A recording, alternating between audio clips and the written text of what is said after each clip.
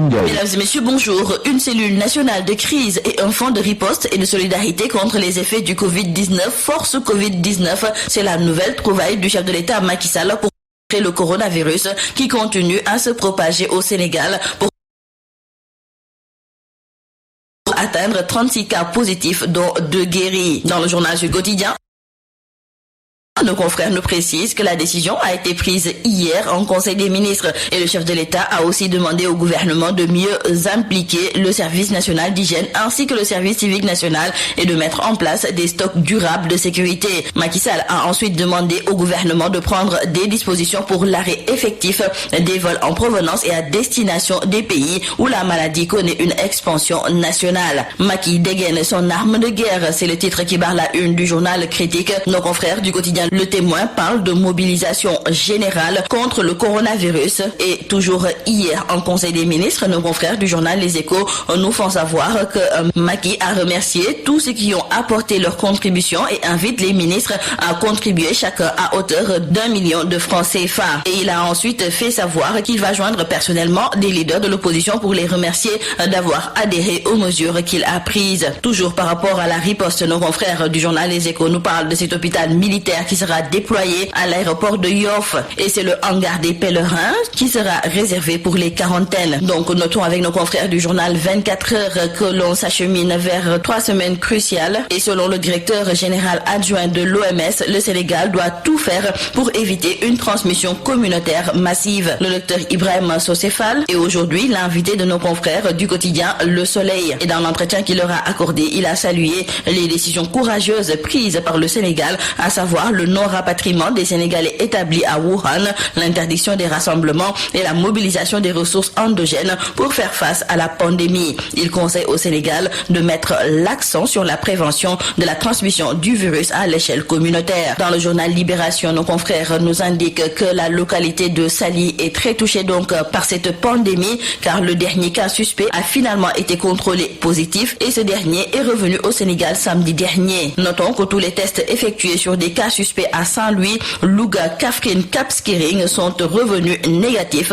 et nos confrères d'ajouter que le Modou de Touba a à lui seul contaminé 20 personnes. Toujours concernant la lutte contre le coronavirus, dans le journal Tribune, nos confrères nous indiquent qu'après les manifestations religieuses et la décision de l'Église de renoncer aux messes et aux chemins de croix, c'est au tour des imams et oulémas du Sénégal de décider de la fermeture des mosquées. Les imams et oulémas ont tout simplement décidé de suspendre les prières dans les mosquées. La décision de fermeture des mosquées entre en vigueur ce vendredi. L'imam de la grande mosquée du Point E, Imam Kanté, se dit favorable à cette décision.